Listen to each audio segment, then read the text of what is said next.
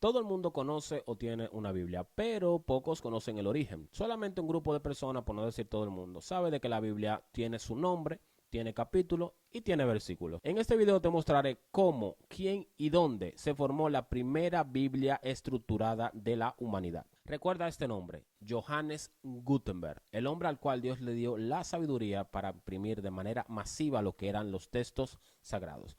¿Estamos ready? Comencemos. La invención de la imprenta por Johannes Gutenberg a mediados del siglo XV fue un hito revolucionario en la historia de la comunicación y la distribución de la información. Motivado en hacer de que la información y el conocimiento fuera más accesible a una audiencia más amplia, la primera imprenta fue crucial porque permitió que las personas tuvieran copias de textos sagrados. Gutenberg era consciente de la importancia de la propagación de la Biblia y de otros textos sagrados, en un tiempo en el que el acceso a la educación y a la información estaba limitada solamente a un grupito de personas del clérigo. Pero ojo, esto él no lo hizo solo. Con la ayuda de Peter Schoeffer y la financiación de un hombre llamado Johannes Fuchs, se hizo posible junto con un grupo de personas, alrededor de 15 a 30 personas, lo que era posible hacer 180 copias de las primeras 150 Biblias. Realizar ese tipo de trabajo en ese momento en una imprenta que no era pública, era privada, porque si el clérigo de la época se enteraba de que eso existía y que se estaban imprimiendo los textos sagrados, realmente se iban a meter en un problema. O sea, la primera imprenta, donde por primera vez se comenzaron a realizar copias de los textos sagrados, era un lugar oculto, no público. Pero la ambición de Johannes Gutenberg era realmente enorme y su intención era romper barreras para que más personas pudieran acceder al conocimiento, sobre todo al conocimiento religioso, ya que solamente algunas instituciones religiosas y personas adineradas tenían ese tipo de acceso a esta información. La mayoría de la población en aquel tiempo eran poblaciones analfabetas y dependían totalmente de lo que los papas o los clérigos o los monjes o los frailes de aquel tiempo le dijeran de la palabra de Dios, que eran el grupo de personas que tenían acceso. O sea, si ellos querían saber si era verdad o mentira, no tenían la posibilidad porque no tenían copia. Esos clérigos podían estar leyendo lo que ellos querían que la masa escuchara. Entonces aquí es que entra la ingenuidad de Johannes Gutenberg. Perfeccionando la imprenta de tipos móviles, ahora te diré lo que es la imprenta de tipos móviles, permitió la reproducción en masa de lo que era la palabra de Dios. Lógicamente, esto incluía la Biblia. Esto permitió la reproducción masiva, sobre todo de la Biblia. De hecho, la primera Biblia que se imprimió se llamó Biblia de Gutenberg o la Biblia de las 42 líneas y se terminó alrededor de 1455. ¿Por qué se llamó Biblia de las 42 líneas? Debido al número de líneas impresas en cada página. Esto absolutamente marcó en aquella época un hito histórico, ya que se convirtió en uno de los primeros libros impresos en series en toda Europa. Ahora te doy un dato. ¿Qué es la impresa de tipo móvil? La impresa con tipo móvil era la utilización de pequeñas piezas individuales de metal llamadas tipos, que representaban caracteres individuales, letras y símbolos. Estos tipos se podían disponer y reorganizar en una página para formar palabras y oraciones, y luego se entintaba, se presionaba sobre el papel o el pergamino para imprimir el texto en múltiples copias. La capacidad de poder distribuir la palabra de Dios, la Biblia, de una manera más rápida, tuvo un profundo impacto en lo que era la distribución de los textos religiosos. Ahora la Biblia impresa podía llegar a lugares remotos, los cuales jamás esperarían, por lo menos en años, y quién sabe si hasta en siglos, poder obtener copias de esos textos sagrados que solamente el clérigo tenía la posibilidad de leer. Esto permitió que las personas estudiaran, reflexionaran sobre la palabra de Dios por ellos mismos, sin necesidad de un tercero y sin depender exclusivamente de ningún religioso de la época. Además, también se imprimió en lenguas vernáculas.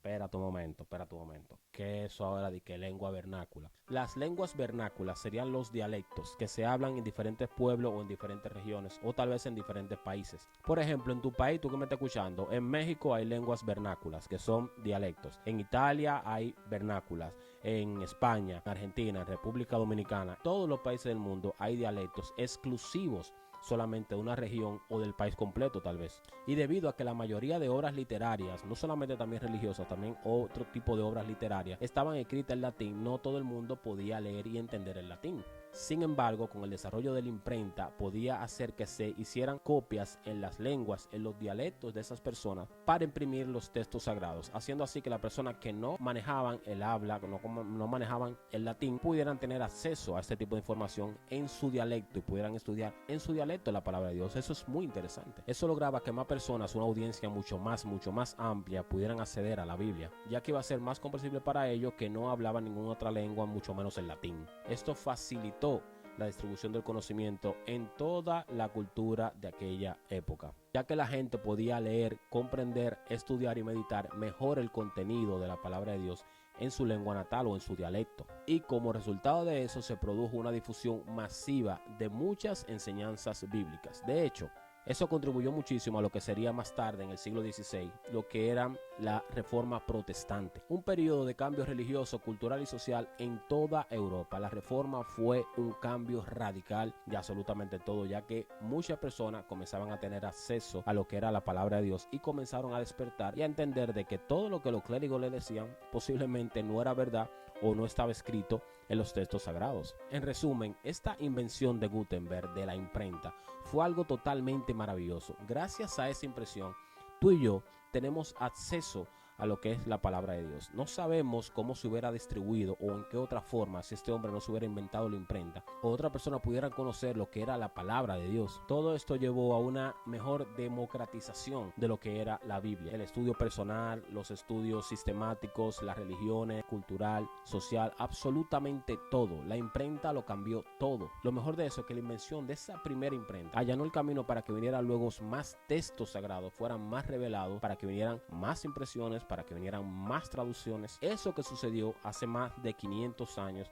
es totalmente relevante, porque gracias a eso nosotros hoy tenemos lo que conocemos como la Biblia, ese compendio de libros. Muchos no creen en ello, otros sí creen en ello. Hay muchas versiones: Reina Valera Internacional, Reina Valera actualizada, Reina Valera 1960, que de hecho, si quieren que haga un video acerca de la Reina Valera 1960, déjenmelo aquí en los comentarios. En fin, hay muchísimas versiones de la Biblia, pero todo eso fue posible gracias a ese primer hombre que tuvo esa idea mandada por Dios para que creara esa máquina fabulosa que hoy nosotros nos dio la posibilidad de tener lo que es la palabra de Dios. La Biblia es el libro más copiado, más impreso, más atacado, sobre todo reproducido e influyente de todo el mundo. Ha tenido un impacto enorme en la vida de todo el mundo, desde su primera creación, desde su primera copia por allá por 1455 hasta ahora el 2023 y contando.